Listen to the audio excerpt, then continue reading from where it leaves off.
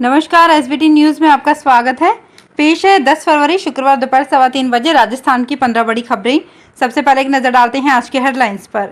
अशोक गहलोत ने पेश किया हर वर्ग का लुभावना बजट। सुप्रीम कोर्ट में 34 जजों की स्ट्रेंथ पूरी। जस्टिस बिंदल और अरविंद कुमार बने जज। डॉक्टर किरोड़ी लाल बोले, चिकित्सा मंत्री बोल रहे अहंकार की भाषा। मुख्यमंत्री ने पढ़ा पुराना बजट भाषण, विपक्ष ने किया हंगामा। और कड़े सुरक्षा घेरे में भागलपुर पहुंचे मोहन भागवत। और अब खबरें विस्तार से। राजस्थान में इस साल होने वाले विधानसभा चुनावों को देखते हुए मुख्यमंत्री अशोक गहलोत ने आज लोक लुभावन बजट पेश किया। उन्होंने बजट घोषणाओं में हर वर्ग के लिए कोई न कोई घोषणा कर उन्हें राजी करने का प्रयास किया है। अगले साल से चिरंजीवी में मेडिक्लेम प्रति परिवार 10 से बढ़ाकर 25 लाख रुपए प्रति परिवार दिया गया है। अब इस योजना के तहत 25 लाख रुपए तक का इलाज मुफ्त मिलेगा। खाद्य सुरक्षा परिवारों को मुफ्त अन्नपूर्णा फूड पैकेट दिए जाएंगे। पैकेट में दाल, चीनी सहित राशन की सामग्री होगी। इस पर 3,000 करोड़ रुपए खर्च होंगे। 76 लाख परिवारों को 500 रुपए में एलपीजी सिलेंडर मिलेगा। घरेलू उपभोक्ताओं के लिए मुख्यमंत्री निःशुल्क बिजली योजना शुरू होगी। इसके तहत 100 यूनिट तक बिजली मुफ्त मिलेगी। वहीं आपको बता दें कि सामाजिक सुरक्षा के लिए भी मुख्यमंत्री ने कुछ ऐलान किए हैं, जैसे कि सोशल सिक्योरिटी के लिए कानून लाने की घोषणा। महात्मा गांधी मिनिमम आय गारंटी योजना लागू होगी। इस योजना में 125 दिन का गारंटीड रोजगार। जॉब नहीं मिलने पर हर परिवार को 1,000 रुपये महीना पेंशन। सामाजिक सुरक्षा योजना में 75 साल तक के 77 लाख लोगों को कम से कम 1,000 रुपये पेंशन मिलेगी। अब बुजुर्गों को हर साल पेंशन में 15% का इंक्रीमेंट मिलेगा। हर साल 15% पेंशन अपने आप बढ़ेगी। ऐप बेस्ड काम करने वाले वर्कर्स की सिक्योरिटी के लिए कानून लाया जाएगा। ऐप बेस्ड वर्कर्स कल्याण बोर्ड बनेगा। 250 करोड़ का बजट रखा है। ऐप बेस्ड वर्कर्स की सुरक्षा के लिए ये कानून बनेगा। राहुल गांधी ने मालाखेड़ा की सभा में सीएम को गिग वर्कर्स की सुरक्षा के लिए कुछ करने का सुझाव दिया था। वाल्मीकि कोष अब 20 से बढ़ाकर 100 करोड़ होगा। अगले 2 साल में 30,000 सफाई कर्मचारियों की भर्ती होगी। केंद्र सरकार ने शुक्रवार को सुप्रीम कोर्ट के लिए 2 नए जजों के नामों की घोषणा की। इसके बाद सुप्रीम कोर्ट में 34 जजों की स्ट्रेंथ पूरी हो गई। जिन जजों के नाम चुने गए हैं उनमें इलाहाबाद हाईकोर्ट के चीफ जस्टिस राजेश बिंदल और गुजरात हाईकोर्ट के चीफ जस्टिस अरविंद कुमार का नाम शामिल है। इसके पहले सुप्रीम कोर्ट में 34 जजों की पूरी क्षमता सितंबर 2019 से नवंबर 2019 के दौरान थी। इसके बाद से फरवरी 2023 तक जजों के पद खाली रहे। दिल्ली मुंबई एक्सप्रेसवे के सोहना-दौसा खंड के उद्घाटन के लिए 12 फरवरी को प्रस्तावित प्रधानमंत्री नरेंद्र मोदी की जनसभा में भीड़ जुटाने के लिए भाजपा नेता शहरों से लेकर गांव ढाणियों में जनसंपर्क में जुट गए हैं। शुक्रवार को राज्यसभा सांसद डॉक्टर किरोड़ी लाल मीणा ने ई रिक्शा में सवार होकर दौसा शहर में लोगों को पीले चावल देकर पीएम की सभा में शामिल होने का न्योता दिया। चिकित्सा मंत्री प्रसादी लाल मीणा के एक्सप्रेसवे से आमजन को कोई फायदा नहीं होने के बयान के सवाल पर राज्यसभा सांसद ने कहा कि वे अहंकार की भाषा बोल रहे हैं। राजस्थान के मुख्यमंत्री अशोक गहलोत ने आज शुरू में विधानसभा में पुराना बजट भाषण पढ़ दिया। करीब 6 मिनट तक वे पुराना बजट पढ़ते रहे। तभी जलदाय मंत्री महेश जोशी ने आकर सीएम के कान में कुछ कह दिया और वो ठिठक गए। गहलोत का भाषण रुका। विपक्ष ने हंगामा शुरू कर दिया। इतिहास में ऐसा पहली बार हुआ है जब किसी विधानसभा में पुराना बजट भाषण पढ़ा गया हो और इस पर जोरदार हंगामे के चलते सदन की कार्यवाही 2 बार रोकनी पड़ी। सीएम गहलोत बजट भाषण के लिए जब तीसरी बार खड़े हुए तो माफी मांगी। उन्होंने कहा कि जो कुछ हुआ उसके लिए सॉरी फील करता हूं। विपक्षी सदस्य भारी हंगामा करते हुए सदन के व्हील में आ गए थे। विपक्ष ने यह भी आरोप लगाया कि मुख्यमंत्री ने पुराना बजट पढ़ा है। भारी हंगामे के कारण सदन आधे घंटे के लिए स्थगित कर दिया गया। इसके बाद मुख्यमंत्री ने मुख्य सचिव उषा शर्मा को तलब किया और अफसरों की लापरवाही पर नाराजगी व्यक्त की।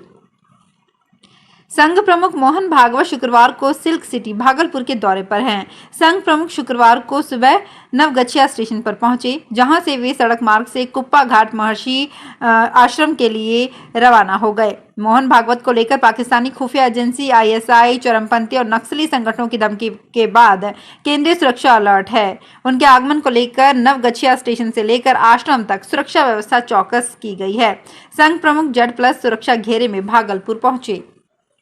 हिंडेनबर्ग की रिपोर्ट जारी होने के बाद से ही मुश्किलों का सामना कर रहे अडानी समूह ने अगले महीने तक 4,000 करोड़ रुपए का लोन चुकाने की बात कही है।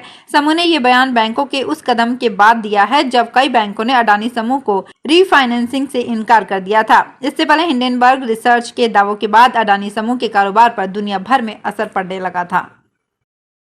सवाई माधोपुर में चोर गिरोह के हौसले बुलंद हैं। चोर जिले भर में आए दिन बेखौफ होकर चोरी की वारदात कर रहे हैं।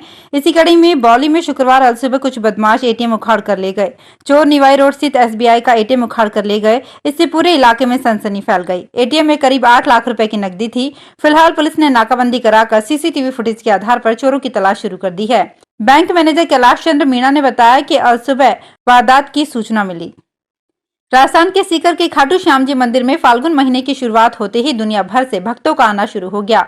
आने वाली 22 फरवरी से लक्खी मेला शुरू हो जाएगा। मेले के चलते यहां लाखों भक्त हाथों में निशान लेकर पहुंचते हैं।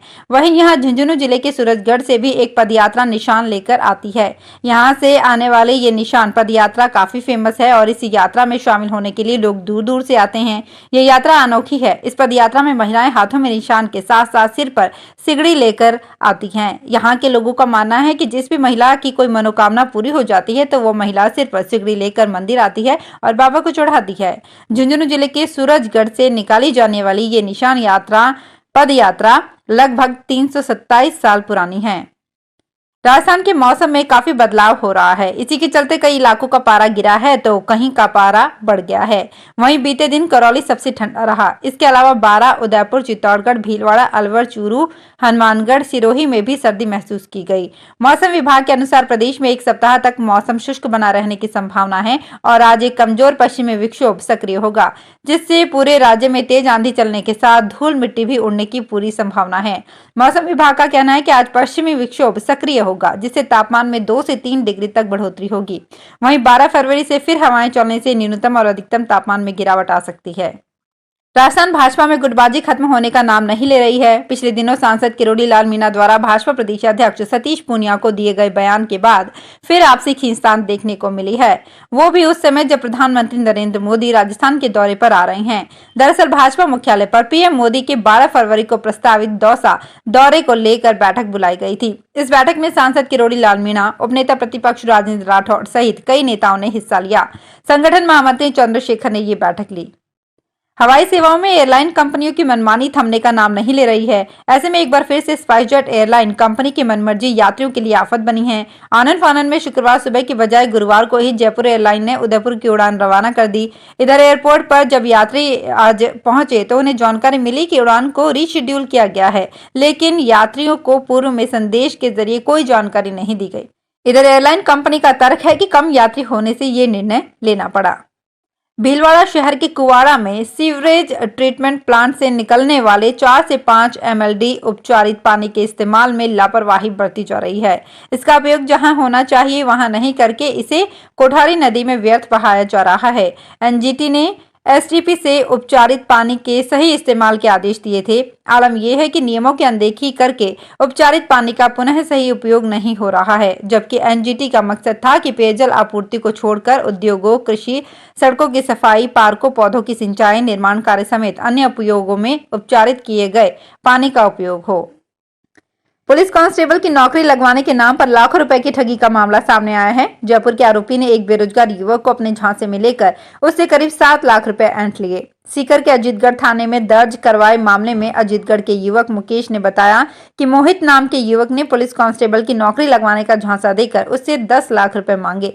उसने उसे 7 लाख रुपए एडवांस दे दिए। आरोपी ने ना नौकरी लगवाई और ना ही रुपए लौटाए। भीलवाड़ा की संपत्तियों पर करोड़ों रुपए का नगरीय कर बकाया है, लेकिन नगर परिषद में वसूली के जिम्मेदार विभाग में अधिकारियों और कर्मचारियों के कई पद रिक्त हैं। ऐसे में परिषद बकायादारों को नोटिस जारी कर खानापूर्ति कर रहा है।